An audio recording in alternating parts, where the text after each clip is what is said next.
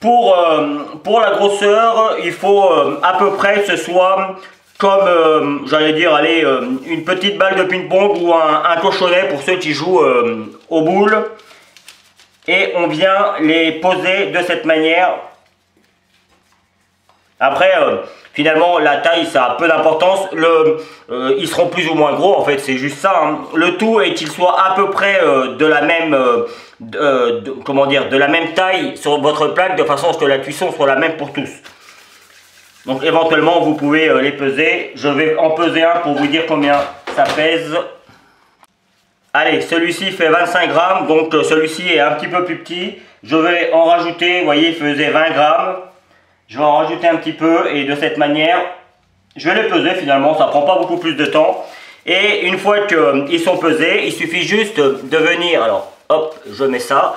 Il suffit juste de venir les bouler, vous voyez, dans le creux de la main, simplement. Et puis on vient les déposer sur la plaque de cette manière. On laisse un petit peu d'espace parce qu'en cuisant, ils vont redescendre. Et puis on fait ainsi avec le reste de la pâte. Donc j'en refais un rapidement pour vous montrer à nouveau. Hop. Alors, un petit problème avec ma balance. C'est toujours comme ça, le direct. Voilà, 25 grammes, juste pile poil. Ça c'est mon côté ancien boulanger. J'ai encore un petit peu les mesures dans la main. Voilà, hop. Vous avez compris le principe, à vous de jouer.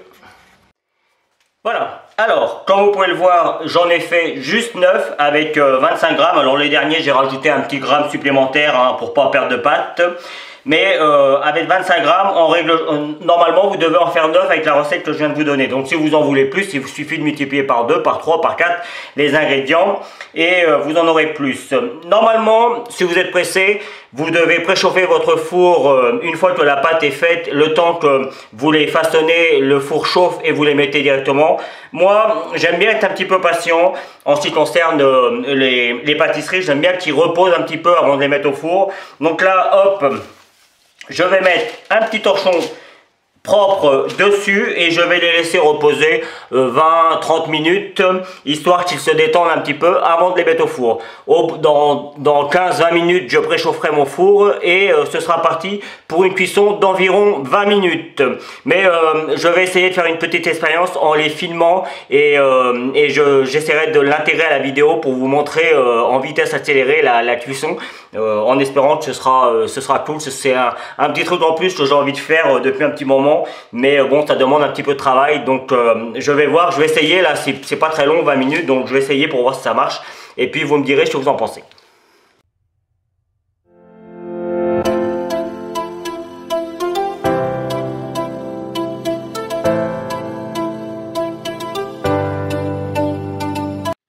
Voilà, la vidéo va se terminer sur cette petite image de présentation.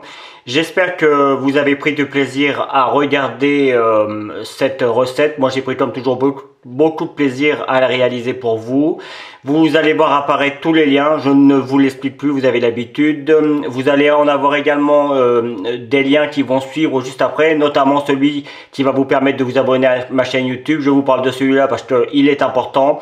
Et je vous donne 2 autres recettes de sablé, tout aussi simple à faire que cette recette. À bientôt sur Comment fait-on. Merci pour votre fidélité. Salut!